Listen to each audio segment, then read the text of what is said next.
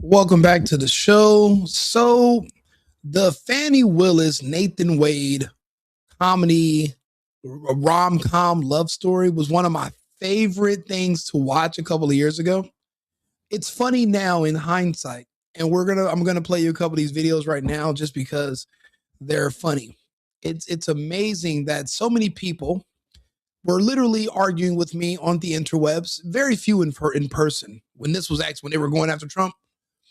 And they used to tell me about how smart she is and educated. And it's all the same bullshit they tell me about Jasmine Crockett.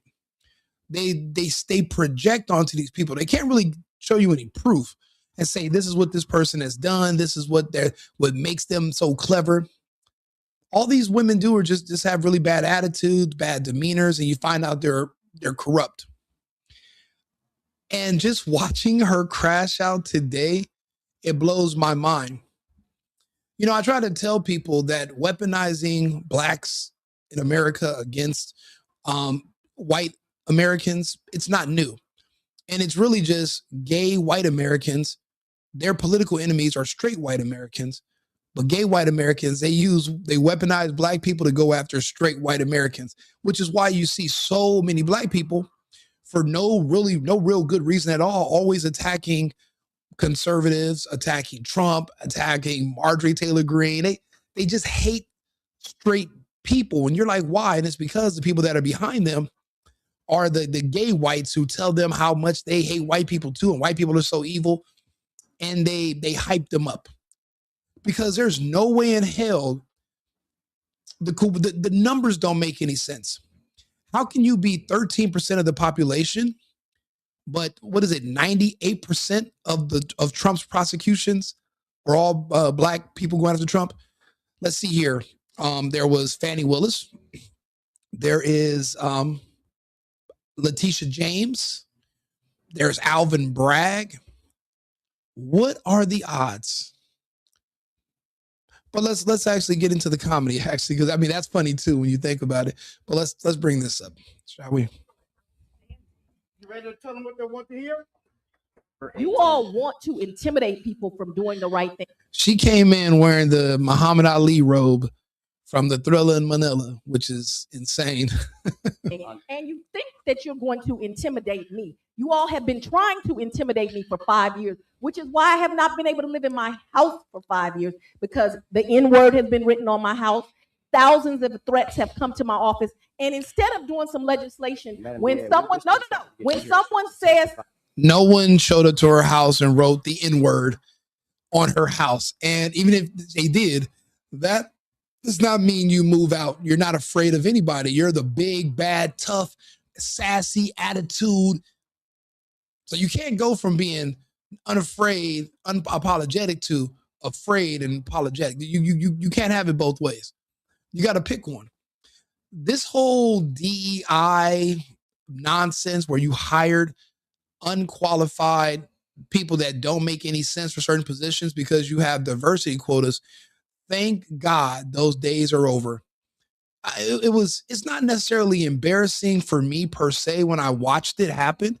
I'm more so embarrassed for my country because, you know, I've lived abroad for years. Do you know the whole world watches American news and American politics? It's like the outside world. They watch half of their news or a quarter of their news that they watch is about them. The other 75% is about us because what happens in the United States matters to the rest of the world. We are in the front. We're the leaders. That's just a part of it. Comes with the responsibility of being number one. You know, to whom much is given, much is required, the saying. So when these cases are playing and you put these caricatures that are just extremely stereotypical, which you would assume black women all act like, it's such a funny joke, but it's embarrassing for Americans, but it's highly entertaining for foreigners to watch. Just listen to her throughout this and imagine that this was the person that was supposed to be in charge of prosecuting our current president, but our former president at the time. It just shows you she didn't stand a snowball's chance in hell of accomplishing that. But the people that they didn't care. They knew you couldn't get anyone with any self-respect to do it. So they picked from the one demographic of people in this country that have a history of having zero self-respect to begin with.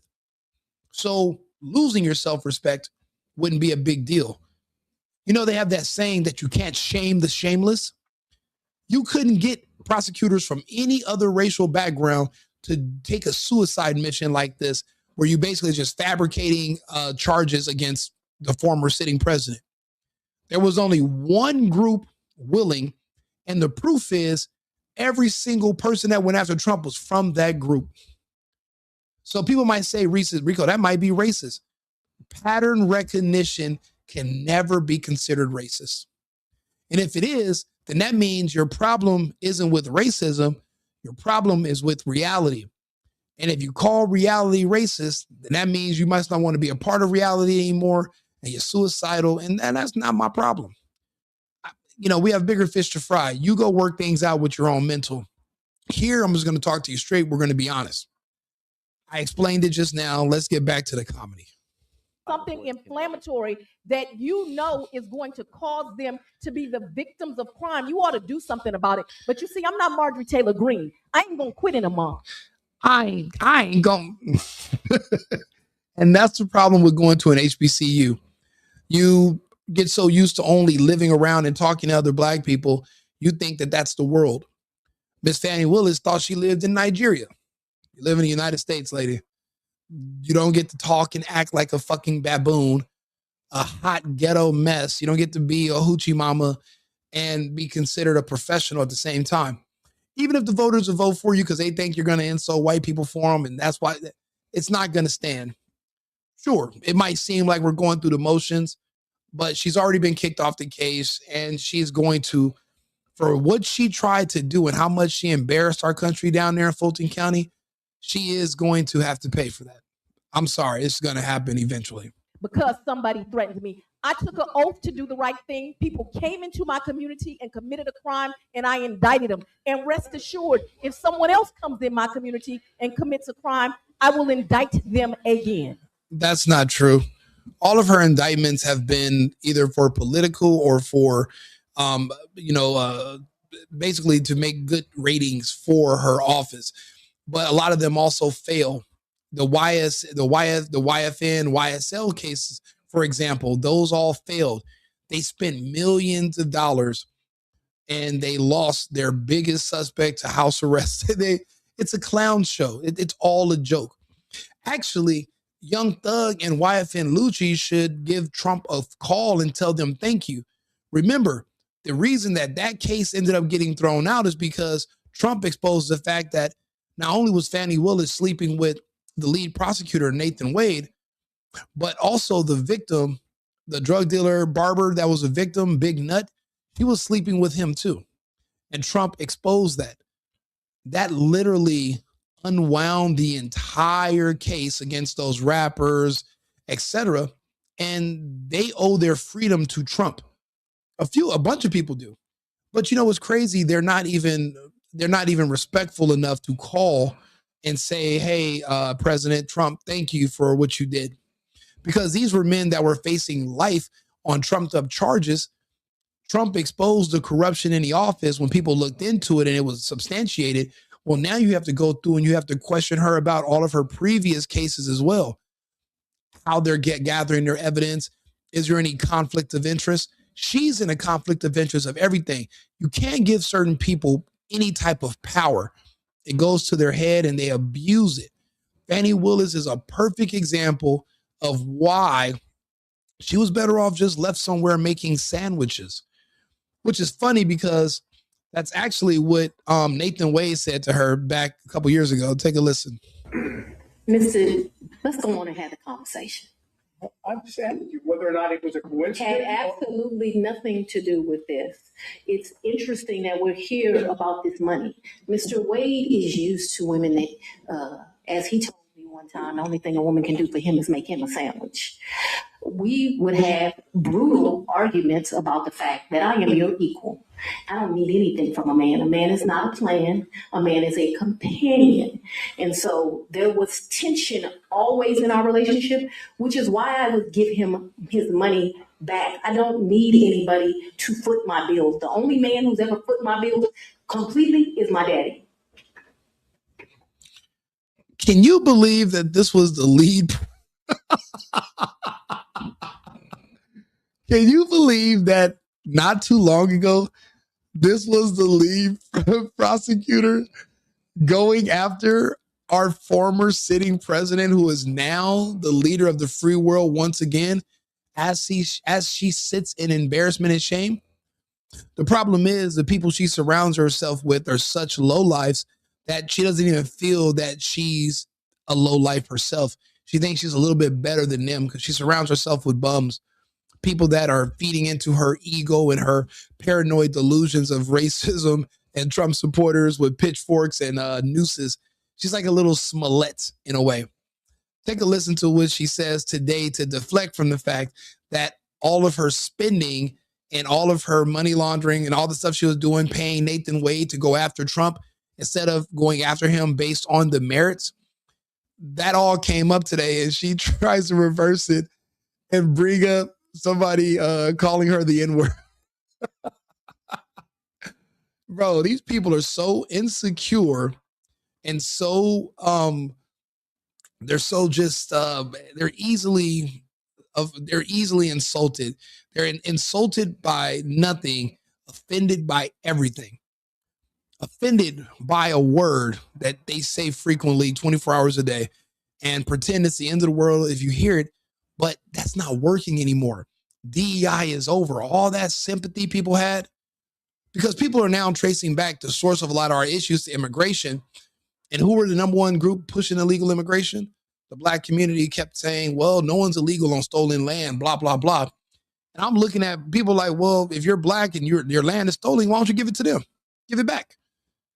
But they were just saying that to basically demoralize white Americans, make them feel less than so that they can manipulate them more. And it's all just psychology. That's all it is. Anyway, you'll see it applied right here. I'm going to refer you to the screen.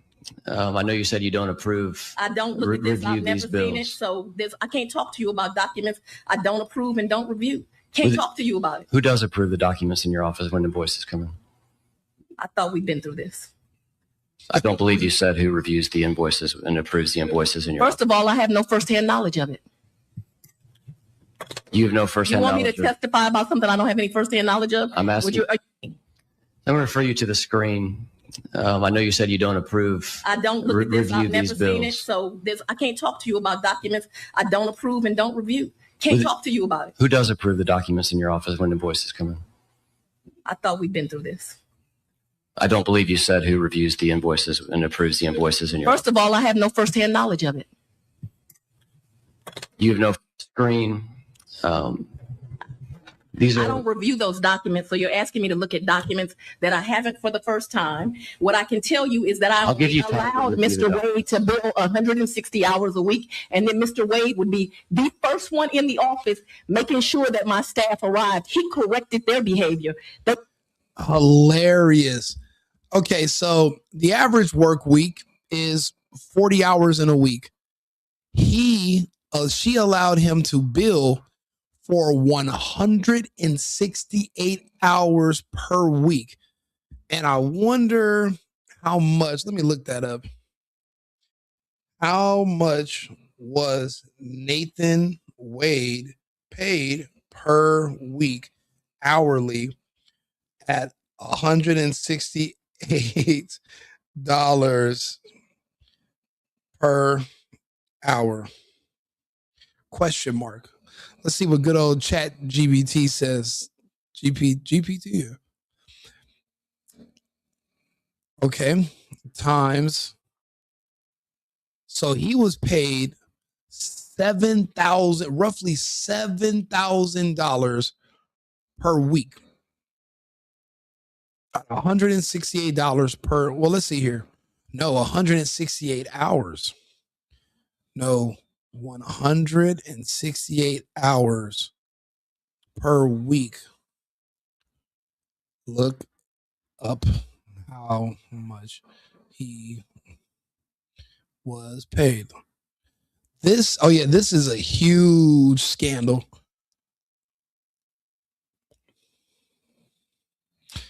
Oh, $250 per hour. So he was paid more than $650,000 in a fake witch hunt case against Trump that was eventually thrown out. So the state of Georgia taxpayers had to foot the bill for a witch hunt just to make a handful of black people feel emboldened and happy that they're going after Trump because Jesse Jackson said he's racist. So was that worth it for you? Trump's not in jail. Trump's not hurt. You are hurt. You're embarrassed. You're the one that have to deal with this. Was it worth it? She's being drugged into court, and she's going to continue to be drugged into and through the court. Her name is completely embarrassed, but think about it. No kids. I mean, she doesn't have a husband. She's old. I mean, but she doesn't care about anything. So none of this really matters. So the punishment in this situation is going to be the process. She's already been removed off the cases. Her other cases have already been thrown out. This is just hilarious just to watch this because so much people had so much vitriol against Trump and they thought she was going to take him down and Alvin Bragg would take him down. Letitia James. You guys aren't noticing 100% of these people are blacks, but I'm the bad guy because I noticed there's a weird pattern. And but there's it gives no credence to me when I say they literally weaponize black people to go and try to do impossible tasks. And then they laugh at the same black people they hired because it's funny to watch them fall on their faces. You don't think it's a joke. You don't think it's a comedy. You don't see a pattern. I'm the only one that sees the pattern here. This is hilarious. Thought that 8:30 meant 8:30. He taught him that 8:30 means 7:45. He got there before them. He left after him. He taught them how to do this case, and he was a leader to that team and a public servant. And for that, him like me has been threatened. Man, nobody's threatening these goddamn people. They're lying. These people are out here living in Georgia, running it up with the Migos and 2 Chainz, and no one's threatening them. No one's thinking about them. They're funny to watch. But she said, yeah, he taught us how to do this case. Then you should get a refund because all he taught the rest of the people in your office how to do was fail.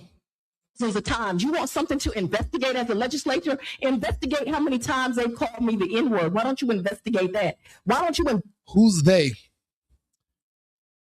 I'll ask again. Who's they? Can anybody in the chat on one of these platforms tell me who's they? Who is they? Who is the person that she's referring to as they? Who's this imaginary adversary who's in the shadows whispering N-word. Who's calling her these names? Who's they? These people are liars and they're disgusting and they're but they serve a purpose. They're willing to do things that no one else with self-respect is willing to do. Investigate them writing on my house. Why don't you investigate the fact that my house has been swatted? If you want something to do with your time that makes sense, and you can use all this in your campaign ad, you attacked FANI Willis. What have you done, sir? Nothing. Green. And what have you done, FANI? What have you done? What have you accomplished? You know, you've embarrassed yourself. You embarrassed your county. You embarrassed your family.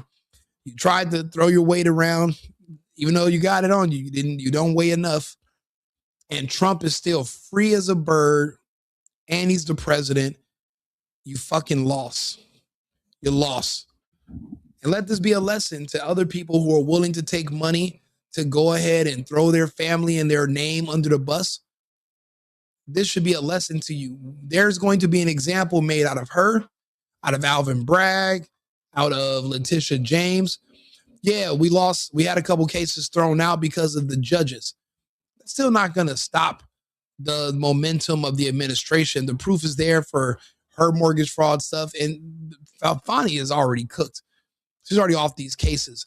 She's never going to leave this down. She's going to be known as a DEI Jezebel of Fulton County for life. There's no getting over that.